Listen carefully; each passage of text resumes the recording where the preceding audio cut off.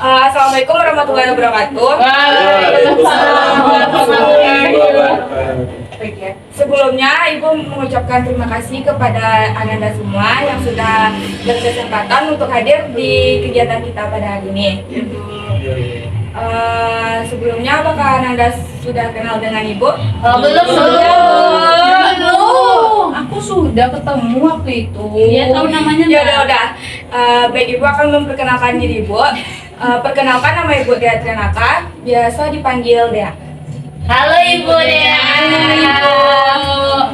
Apakah ada yang ingin Kak Ananda semua tanyakan kepada Ibu? Tidak. Oh iya Bu, saya Bu. Saya menanya. Saya Bu. Belum pernah Nanda saya. Ya Anda? Status Ibu sekarang udah punya pasangan atau belum Ibu? Baiklah, status Ibu sekarang udah menikah Anda. Oh iya Bu. Bu. Ya Anda? Kan Ibu sudah menikah. Ibu sudah punya anak berapa? Anak Ibu yang sudah 4 Anda. Berarti ke lebih ke senior. Zaman-zaman dulu mah. Ya, pada hari ini siapa yang bisa memimpin doa? Dari kepada Putri. Kita minta yang pertama. Baiklah, sebelum kita mengakhiri video ini yang kita berdoa masing berdoa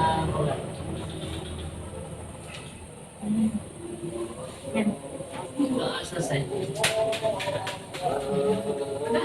Ya, puji orang doa itu dulu. Kasih aplaus kepada Putri.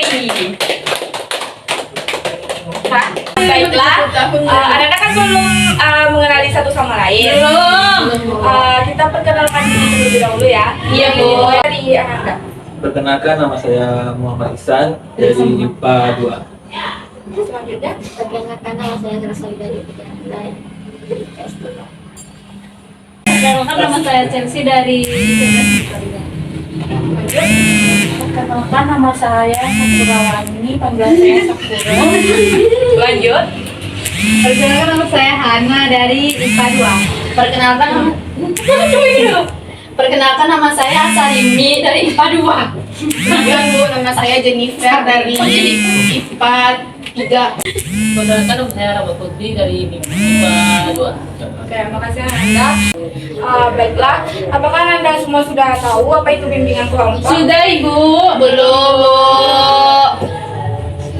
Aku pernah itu Bu.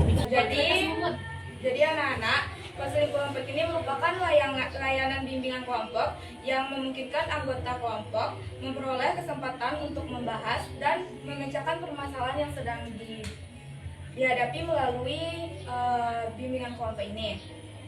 Dalam hal ini, setiap anggota seperti kalian berhak mengajukan pertanyaan, mengutarakan pendapat kalian, dan memberikan masukan kepada teman-teman yang memberikan memberikan bermasalah. Apakah kalian paham? Bu. Sebelum itu, Ibu mau Ananda semua melakukan rangkaian nama. Apakah kalian siap? Siap, Bu.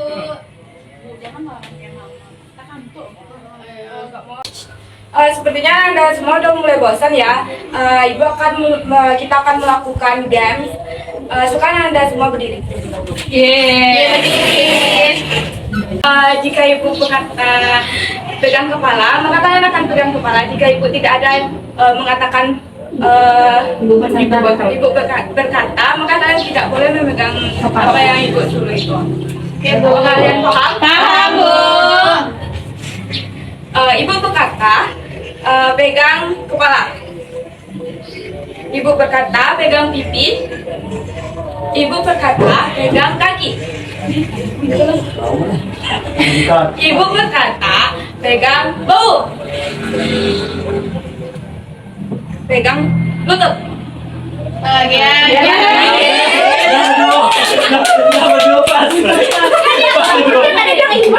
Cuman itu.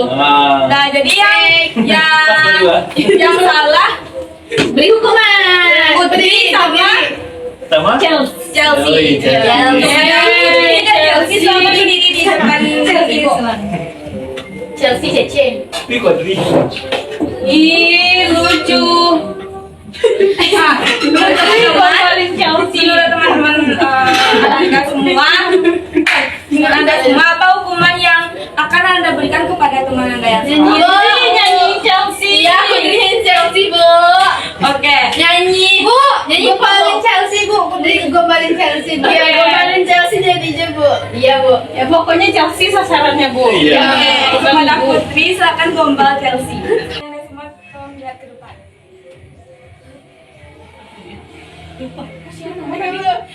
Si Jennifer. Jennifer.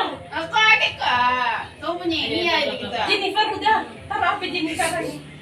Kamu tahu nggak apa perbedaan kamu sama matahari itu? Enggak tahu apa tuh. Kalau matahari menyinari bumi, kalau aku menyinari hati.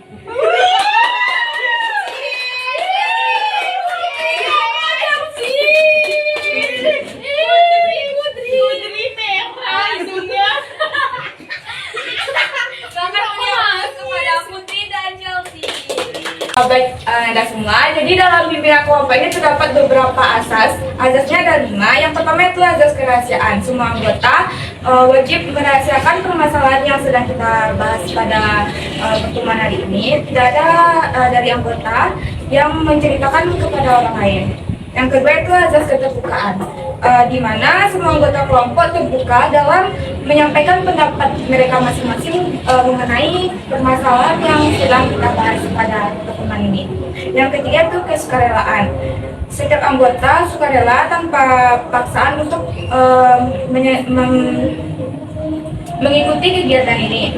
Yang keempat itu azas kenormatifan. Semua anggota mengikuti norma-norma yang berlaku, menjaga sopan santun, saling menghormati, dan kita memberikan solusi untuk anggota yang tidak hendaknya sesuai dengan norma yang berlaku. Yang terakhir itu azas kekinian, di mana kita akan membahas permasalahan yang sedang lagi hot-hotnya pada hari ini. Apakah Ananda semua paham?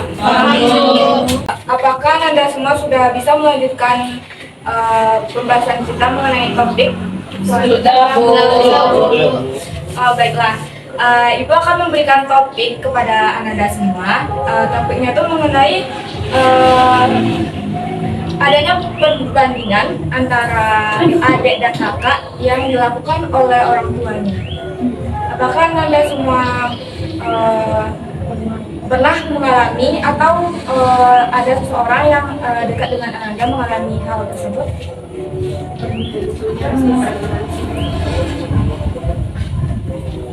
Siapa? Sari ini lagi. Kepada Sarimi, silakan. Baik, Bu, saya pernah, Bu, dibanding-bandingin dengan adik saya, Bu, karena adik saya mempunyai bakat yang lebih bagus, Bu, sedangkan saya biasa aja, Bu. Di situ saya merasa sedih, Bu. Ya, itu aja sih, Bu. Ya, terima kasih kepada Sarimi. Apakah masih ada Anda yang mengalaminya? Kepada Sakura? Baik, Bu, Sakura pernah mengalaminya, Bu, di mana yang mengalami itu adalah adiknya Sakura sendiri. Jadi adik Sakura itu pemalas sekali, Bu, beda dengan Sakura. Sakura tuh rajin. Jadi adik Sakura tuh suka dibilangin, makanya kamu tuh seperti kakak kamu gitu, Bu. Berarti yang dibandingkan antara adik Sakura dengan Sakura. Iya.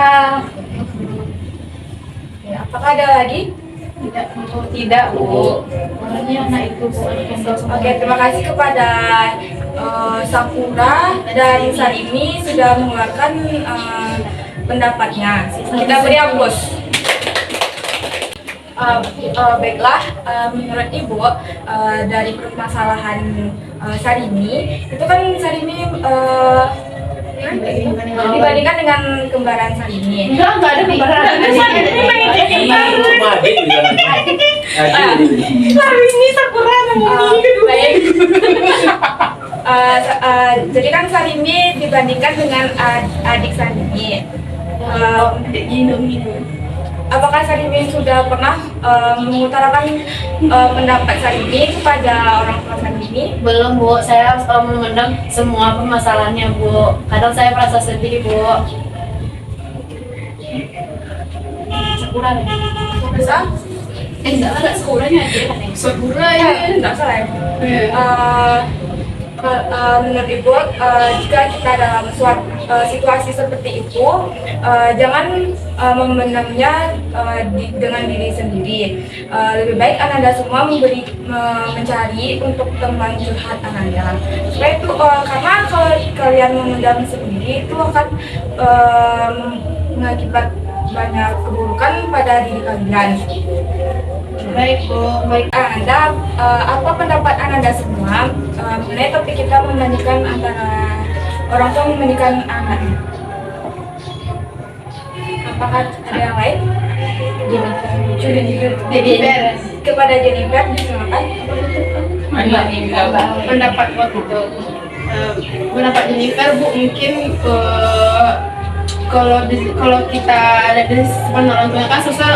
Sebagai orang tua mereka tidak baik untuk membandingkan anak-anaknya kan, soalnya kan masing-masing anak itu memiliki potensi masing-masing kan. Misalkan anak ini hebatnya di akademis, sedangkan yang lain di non akademis. Jadi orang tua terus harus paham juga Bu, bukan berarti di akademisnya aja yang emang unggul gitu, padahal sedangkan kan di non akademis juga bisa, dia juga bisa bersinar sendiri gitu Bu. Jadi orang tua harus paham, bukan untuk menuju sukses itu bukan dengan kepintaran aja gitu Bu. Ada juga di akademik saja, tapi kan juga ada di non akademik, seperti dia mungkin bisa bernyanyi ataupun berolahraga, dance atau segala macam. Jadi sebagai orang tua itu harusnya daripada membandingkan, mereka kan harusnya mendukung anak-anak gitu Bu. Walaupun ya ada misalkan di sini akademik dan di sini non akademik, harusnya orang tua bisa melihat anaknya itu ya bukan sama-sama rata gitu Bu. Harus memahami apa potensi anak-anaknya dan memahami, dan seharusnya tentunya juga mendukung daripada membandingkan gitu Bu. Gitu menurut Jennifer. Terima kasih kepada Jennifer. Kita beri aplaus kepada Jennifer. Apakah masih ada pendapat Ananda? Tidak Bu, udah bagus. Betul yang disampaikan oleh Jennifer, bahwa orang tua itu seharusnya melihat kelebihan anaknya tidak berpatokan kepada pendidikan. Jadi anaknya mempunyai potensi lain seperti bernyanyi, menari, atau melakukan kegiatan hal-hal yang positif. Anda semua, menurut Anda apa yang menyebabkan orang tua tersebut bisa membandingkan anak mereka? Sakura Bu, silakan kepada Sakura. Menurut Sakura mungkin itu terjadi karena sebenarnya tujuannya baik, tapi caranya saja yang salah. Mungkin maksudnya itu untuk memotivasi agar anak ini mau berkembang lagi, tetapi caranya yang salah sehingga merasa si anak ini dibanding-bandingkan. Ya, terima kasih kepada Sakura. Selanjutnya kepada Jennifer. Jadi Bu, menurut Jennifer kayak seperti yang kita bilang tadi Bu, mungkin orang tuanya tidak memiliki pemahaman gitu Bu, bahwasanya kan apalagi di stereotip masyarakat gitu Bu, kan kalau di masyarakat kan yang pintar akademik saja itu pasti udah dia sangka udah menjamin kesuksesan itu segala macam. Jadi anak-anak yang tidak pandai akademik ini orang-orang merasa itu tuh kayak nggak ada gunanya gitu kan Bu, nggak ada yang bisa dibanggakan dan nggak ada gunanya loh Bu. Jadi mungkin orang tua tuh nggak ada memiliki pemahaman kayak oh iya yang akademik saja yang pintar gitu. Karena itu mereka punya anak gitu, misalkan anaknya 2 gitu Bu, satu pintar akademik, satu lagi tidak, mungkin karena anak ada itu mereka jadinya membandingkan anak-anaknya gitu Bu, karena tidak ada pemahaman tadi. Kepada Ihsan. Baik, saya Bukan Ihsan dulu. kalau Ihsan menambahkan aja Bu, sebenarnya itu orang tua itu yang kurang diskusi sebenarnya kepada anak-anaknya. Jadi anak-anak tersebut yang menyalah sangka Bu, tidak disuruh antara ini sama satu. Ya, terima kasih kepada Dari Ihsan yang kucingnya kok nggak ditarik. Mungkin dari salah satu anak itu mempunyai kemampuan dan salah satunya tidak gitu. pembelajarannya dibandingkan. Terima kasih kepada Putri. Beri aplaus kepada kita semua. Apakah Anda memahami permasalahan kita pada hari ini? Paham, Bu. Nah, selesai. Apa yang Anda rasakan? Apa yang Anda rasakan setelah kita membahas topik permasalahan pada hari ini? Kepada Putri. Putri kali Bapak ditanya. Mungkin saya mendapatkan pemahaman tentang kenapa orang tua itu merupakan salah satu dari anak. Dan juga gimana cara solusinya, cara mengatasinya juga. Ya, terima kasih kepada Putri. Selanjutnya kepada Sarimi. Belum kenapa ya Anda kecil loh. Menurut saya Bu, saya tidak ini dulu kok, sumpah lagi mau jadi dulu. Lanjut kepada Sakura. Baik guys, masuk lagi tahunnya. Jadi menurut Sakura yang dapat Sakura rasakan dalam pembelajaran kita hari ini tuh, Sakura jadi merasa bahwa kalau suatu saat nanti kita telah di masa depan sama seperti ibu, kita tidak boleh membanding-bandingkan anak, karena itu akan merusak yang namanya nanti psikis anak akan merasa dia tidak dihargai, anak akan menganggap dia tidak membanggakan, sehingga anak menjadi takut dan malu. Ya, terima kasih kepada terima kasih. Kita beri aplaus kepada teman-teman. Baik, Ibu akan menyimpulkan dari saat ini bahwa membandingkan anak itu tidaklah baik karena mungkin akan berdampak buruk kepada anaknya. Itu bisa mengenai psikis atau mental anak tersebut, karena setiap anak itu mempunyai kelebihan masing-masing. Mungkin orang tuanya tidak mengetahui kemampuan anaknya karena orang tuanya kurang mendalami memahami anak-anaknya tersebut.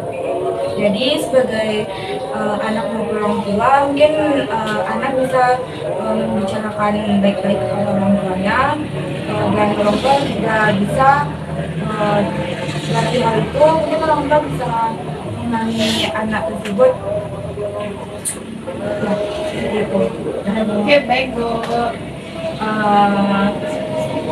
Apa kesan dan pesan Ananda setelah mengikuti kegiatan ini?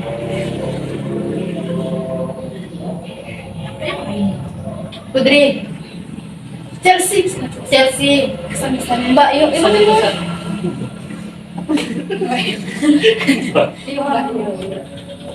Tidak ada pesan kepada Sarimi. Pesan saya Bu, setelah mempelajari tentang tidak bolehnya membanding-bandingkan anak dengan satu dengan lain, terus itu sih Bu. Nah, terima kasih kepada Sarimi. Kita beri aplaus. Kapan kita akan melaksanakan bimbingan kelompok untuk melanjutkan hal topik yang akan kita bahas selanjutnya? Depan Bu, hari Sabtu Bu. Kalau bisa Sabtu Bu, saya les renang Bu. Hari Rabu aja lah Bu. Langsung saya lamaran. Sebenarnya saya lagi sekolah lamaran. Lamaran sih. Bagaimana kalau kita melaksanakannya pada hari Kamis? Boleh Bu. Jam berapa? Jam 8 aja deh Bu. Baiklah. Baik, kita akan melanjutkan bimbingan kelompok ini pada hari Kamis jam 8. Ya Bu.